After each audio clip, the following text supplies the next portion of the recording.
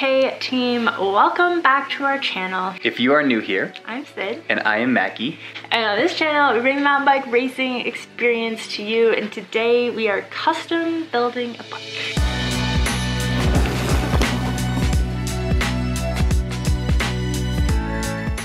This is in fact the 5th bicycle we will be building, or have built, will be building. We have a vlog about building bikes. It'll be right up there, but for today we figured we'd give you more like a step-by-step for building a bike from the frame up. We've done this a lot. We generally build at least 2, usually more like 4 or more bicycles every year, so we've gotten pretty good at it. We've got a pretty good set of tools. You can actually see them back there on that table. You don't have to have the perfect tool for every single thing. So what we're gonna try to do while we're explaining how to build it is tips that we've learned.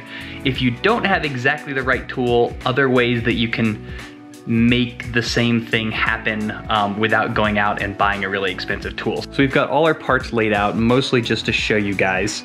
We will have a complete list in the description, along with links if anybody is looking for specific things. Niner and Shimano and Fox are all sponsors of ours.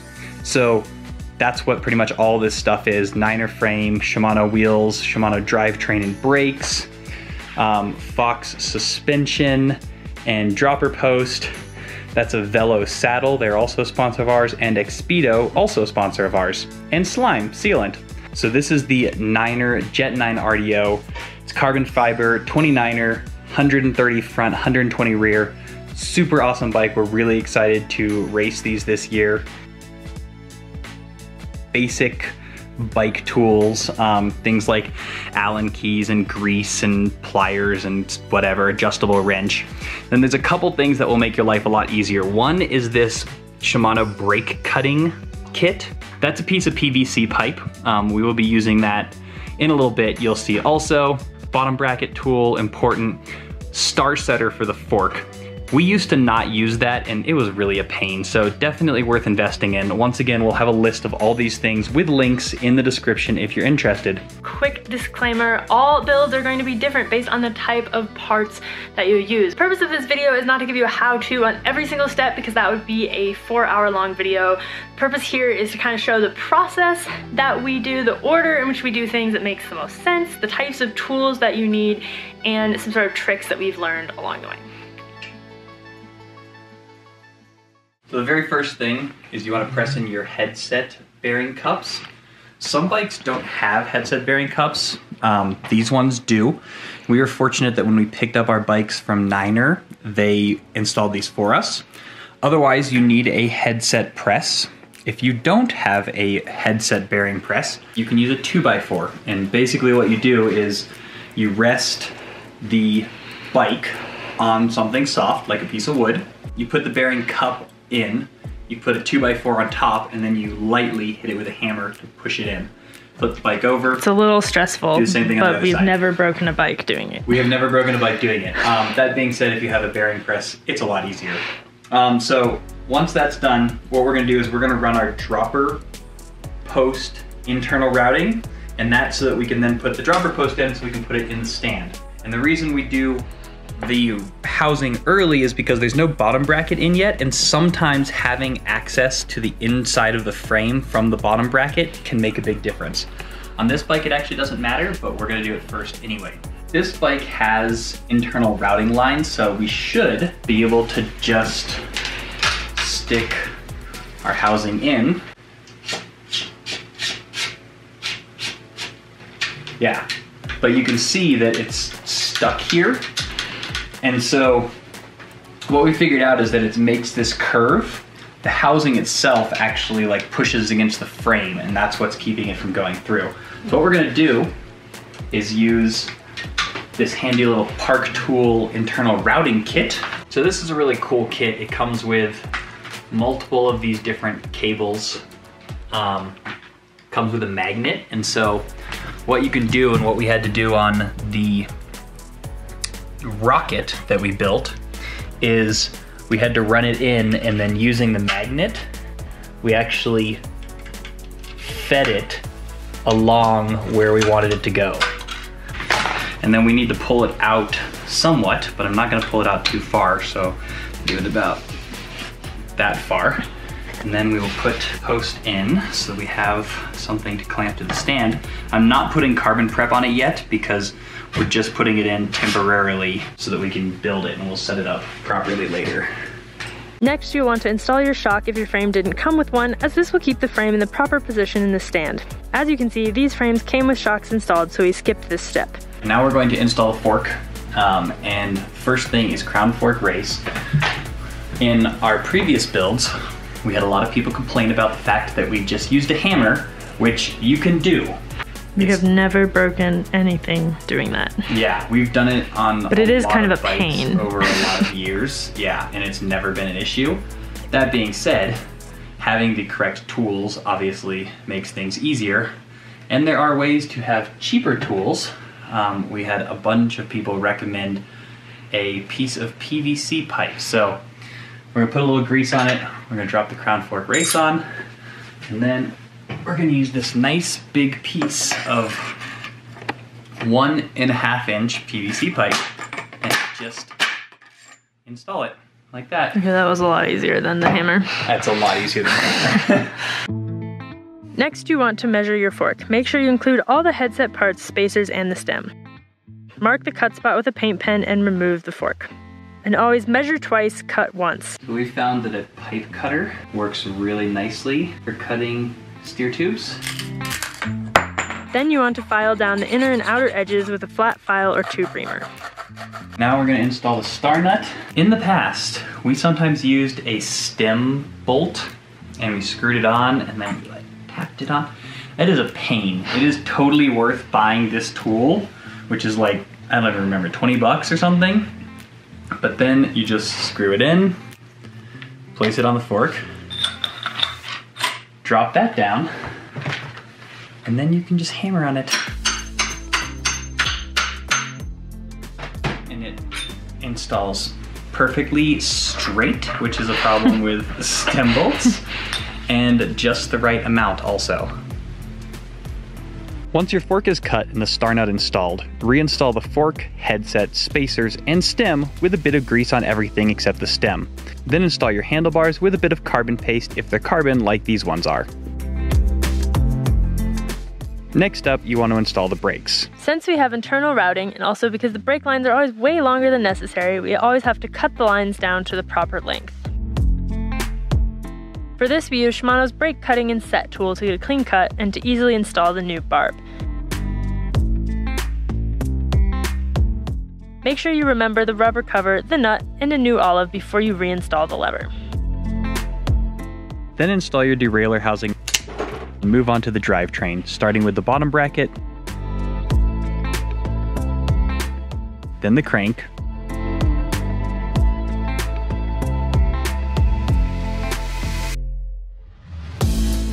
rear derailleur, shifter, and cable. Now it's time to set up your wheels. Install the valve stems, rotors, cassette, and tires. Make sure you remember any tire inserts and of course your sealant. So this is the tire trick. We actually have a whole video explaining it, so we're not going to go into it detail here, but we'll link to it, and it allows you to use a floor pump to seat tubeless.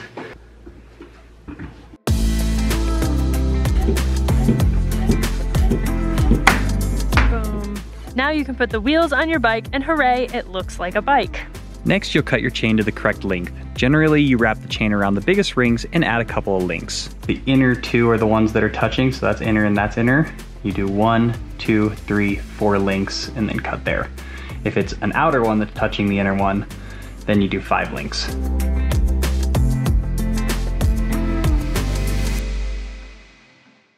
If you have one of these tools, your life will be really easy. This is the best. This is my favorite tool. This is Sid's favorite tool. But if you don't have this tool, which you just go like this, and then squeeze, and it pops into place. Boom. If you don't have one of those though, what you can do is rotate the quick link backwards until it's at the top, then hold your back brake and step on the crank, like pedal forward on the crank, and it'll snap it into place. Then adjust your derailleur. There are lots of good videos on this, so we aren't going to cover that here. Okay, we're going to now correctly install the dropper post cable because we just did the housing previously. One thing we really like about this Fox transfer post is that that side is what attaches to the post, so then you run the other side through the lever, and that's backwards from posts that we've had in the past. Boom. Nice, so that attaches. So much easier. It is so much easier. You may be wondering why we just put the seat post in without doing the cable earlier. That's basically because then once we have the wheels on, we can have the bike like this, because you can't have the bike in the stand on the seat post if you are removing the seat post. Removing the seat post. Yeah. And like you can do it earlier, obviously, but then you're essentially resting your frame on the ground or putting your frame in the stand, which are both two things we don't really like doing. Yeah, so it's much better when you have wheels on. And it's easy enough to just stick the seat post in without setting up the dropper cable so that you can have the bike in the stand the entire time. Put some carbon prep on. So carbon prep you use when you have metal touching carbon, which is a carbon frame touching a metal seat post. Go ahead and decide how long you want the housing. Okay.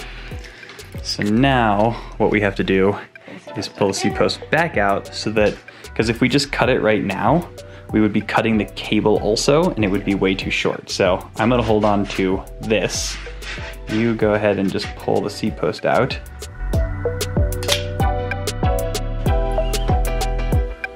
All right, it's a little slow, so we'll adjust this barrel adjuster out some to create more tension, and then there we go. Brilliant. Our next step is to cut the handlebars down, because these are 800 mil handlebars, and Sid is going to run her bars at 740, and Shimano does a nice little job of showing little marks for you. So we're using a carbide blade. Next up, you'll install your contact points, grips, saddle, and pedals. The next thing we're gonna do is a quick lever bleed on the brakes, which probably is not necessary because we were really careful when we cut them not to lose a bunch of fluid. But it's really easy and fun. I feel like probably like 30% of the time, if we don't do this after we cut brakes, we're mad. You know what I mean? Like, yeah. Sort of like 1 in 3 chance of it being not great. You need one of these Shimano bleed cups. You just pop off the little cap on the lever and put that on, and then like pump it a couple of times, and that pretty much takes care of it. We're gonna quickly center these brakes. It's surprisingly easy, but people are intimidated to do it. So you wanna make sure that your caliper is loose, both the top and bottom bolts. So that's loose. And then you're gonna spin your wheel, and then it's not pull centered. the brake and hold it. And then you're gonna tighten the bolts back up. And you're gonna alternate, like you aren't gonna crank the top one all the way down. You're gonna get the top one kind of tight, the bottom one kind of tight, tighten it up. And then once they're both tight, what you'll do is let go of the brake and see, oh, there you go, that was perfect. Perfect, nailed it. It's not always, and if it's not, what you can do is if you look through the caliper, you can see light on either side of the brake rotor, and what you'll do is you'll loosen the bolts and then like slide the calipers back and forth and then tighten it into place until there's even light on both sides. But a lot of the time, just the spinning and clamping and tightening it down will take care of it for you.